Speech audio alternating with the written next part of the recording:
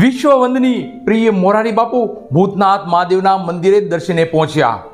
અતિ પ્રાચીન અને ઐતિહાસિક એવા મહુવા શહેરના ભૂતનાથ મહાદેવના મંદિર પરિસરમાં શ્રી મહાકાળી માતાજીના મંદિરનો ત્રિદિવસીય પ્રાણ પ્રતિષ્ઠા મહોત્સવ ઉજવાઈ રહ્યો છે. ત્યારે પ્રિય બાપુ ભૂતનાથ મહાદેવના દર્શન કરી પ્રાણ પ્રતિષ્ઠા મંદિરે માથું નમાવ્યું હતું.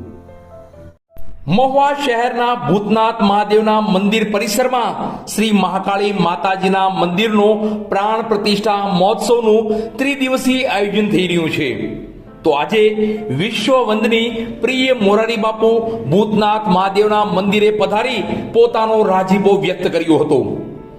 મહુવા શહેરની ભાગોળે આવેલ અને સૌના હૃદયમાં જેમનું સ્થાન છે તેવા ભૂતનાથ મહાદેવના મંદિર પરિસરમાં વિવિધ ધાર્મિક કાર્યક્રમોની સાથે શ્રી મહાકાળી માતાજીના મંદિરનો ત્રિદિવસીય પ્રાણ પ્રતિષ્ઠા મહોત્સવનું સુંદર અને ધાર્મિક આયોજન થઈ રહ્યું છે.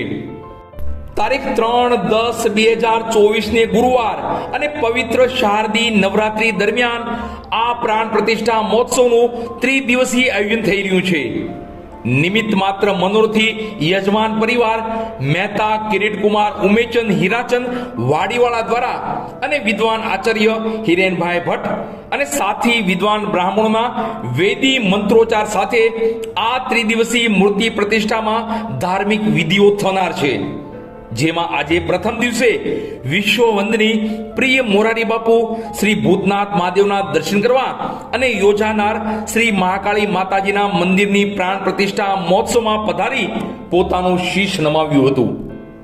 પ્રિય મોરારી બાપુ ભૂતનાથ મહાદેવના તમામ પૂજારીશ્રીઓ અને ભૂતનાથ મહાદેવના તમામ ટ્રસ્ટીશ્રીઓને રૂબરૂ મળી આ રૂડા કાર્યને લઈ પોતાનો રાજીપો વ્યક્ત કર્યો હતો.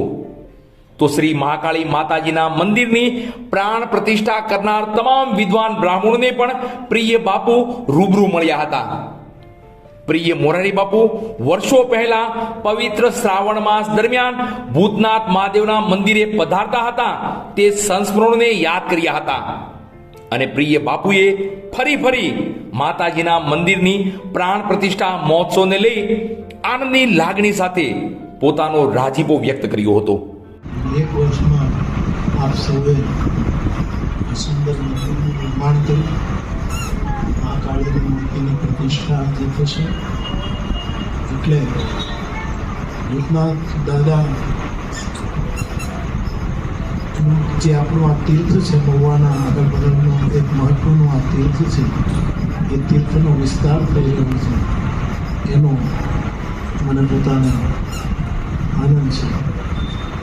પૂજારી પરિવાર જે છે, ભૂતનાથ દાદાનો પૂજારી પરિવાર, એ બધાને મારા પ્રણામ.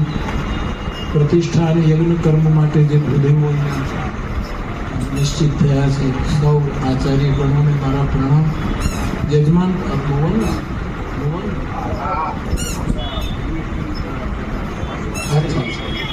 આપણા યજમાન શ્રી ભૂતનાથ ટ્રસ્ટના વડીલ આ બધા સૌ ટ્રસ્ટીઓ હું આવી શક્યો એમાં મને કાલે સવારે મારે પાછું નીકળી જવાનું છે એટલે હું રાજીપો વ્યક્ત કરું છું. માતાજીની પ્રતિષ્ઠા થઈ જાય પછી પાછું દર્શન કરવા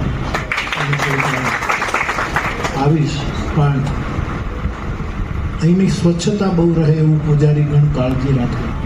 કોઈ પણ સ્થાનો હોય એ બહારથી સ્વચ્છ હોવું જોઈએ, અંદરથી તો કभी ભૂતનાથ દાદા જેવો પવિત્ર દુનિયામાં કોઈ નથી.